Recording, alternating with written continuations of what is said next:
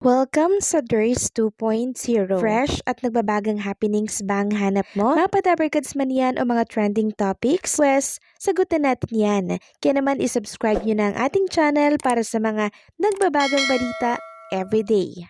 Welcome back again sa ating YouTube channel mga kadabarkads, and for today's video ang pag-uusapan natin ay tungkol sa mga importanteng kaganapan sa loob at sa labas ng Itbulaga and syempre kay Raisa May and kay Bimbi.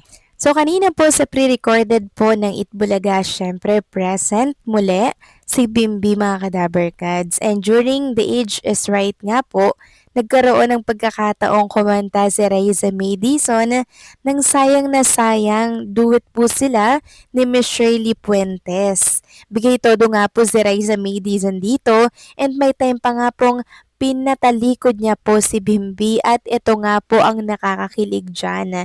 Yung binitawan po ni Bimbi na hindi naman nasayang kasi nandito na ako.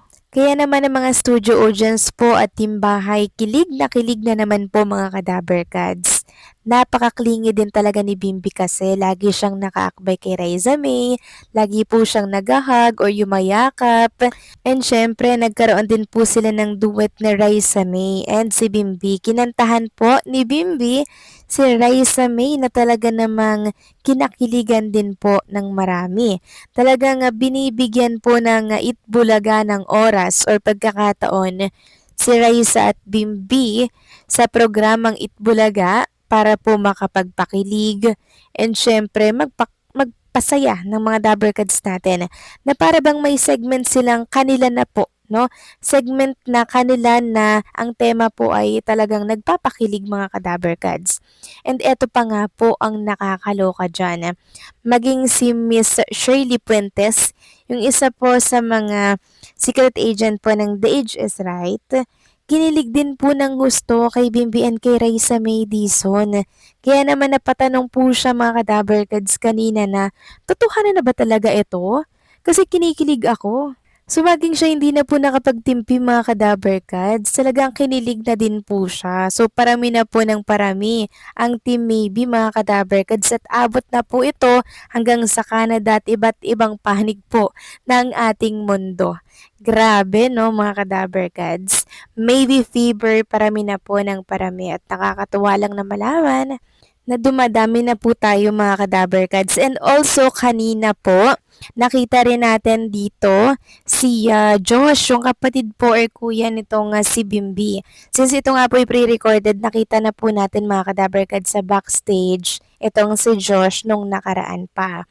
Pero syempre, binigyan din po siya ng mainit at warm welcome sa studio po ng Itbulaga, and also kumamay at naghag din po siya kay Bossing Vic Soto. At hindi lang po yan mga kadabarkads, nag-shake hand din sila ni Raisa May Dizon. Inintroduce po ni Bimbi si Josh dito po kay Raisa May. Saglit lang po yung tagpong yun mga kadabarkads, kaya naman ang mangyari po ito, sobrang nabite ng ilang mga netizen at dabarkads natin kasi sobrang iksi lamang po ng appearance ni Josh dito po sa programang Itbulaga, pero happy tayo dahil mainit po siyang tinanggap sa programang Itbulaga.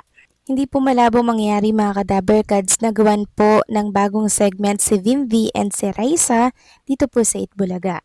Samantalang next topic naman, pag-usapan naman natin ang tungkol dito sa revelasyon po ng isang director po mga kadabarkads na si Direk John Robles Lana para po yan sa movie ni Vice and ni Bossing Vic Soto. Ayon nga po sa kanya mga kadabarkads ay last year pa po pala may plano itong si Vice and Vic Soto para nga po dito sa new movie nila. Ayan dito ibinunyag ni Direk John Robles Lana na si Vice ganda mismo ang nagsabi sa kanya na makakasama nito si Bossing Vic Soto sa isang pelikula.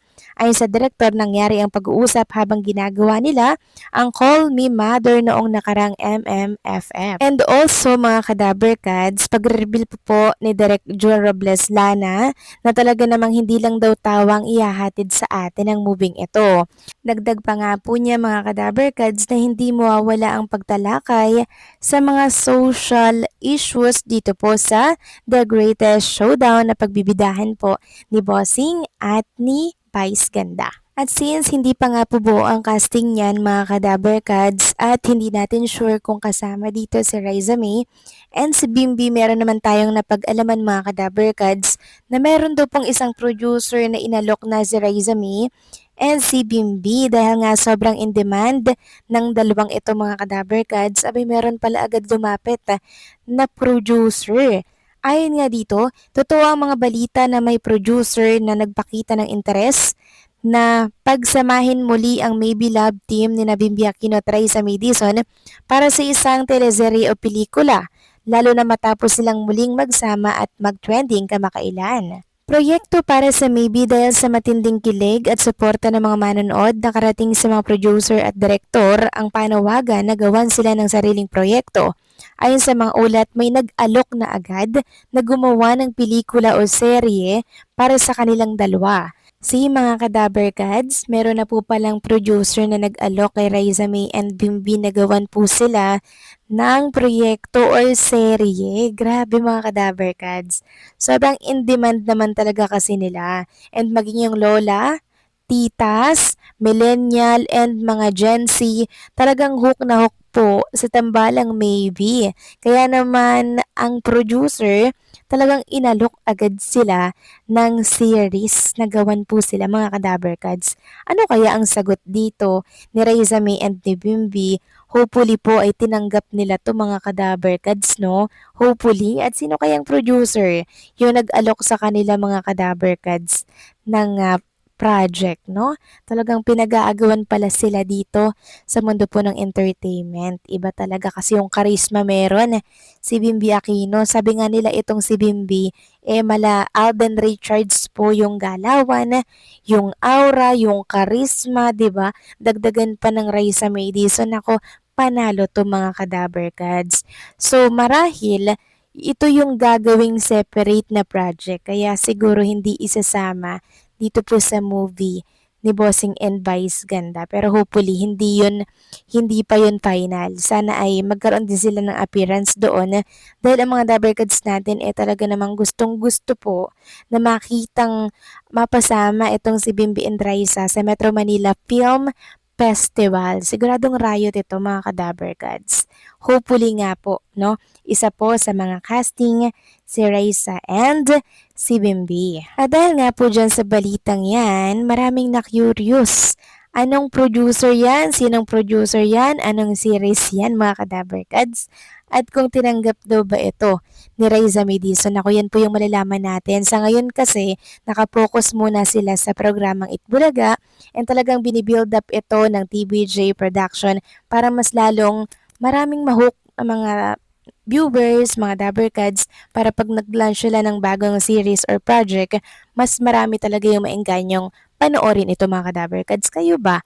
Agree ba kayo na magkaroon ng series itong si Riza May and Bimbi? Please comment down below.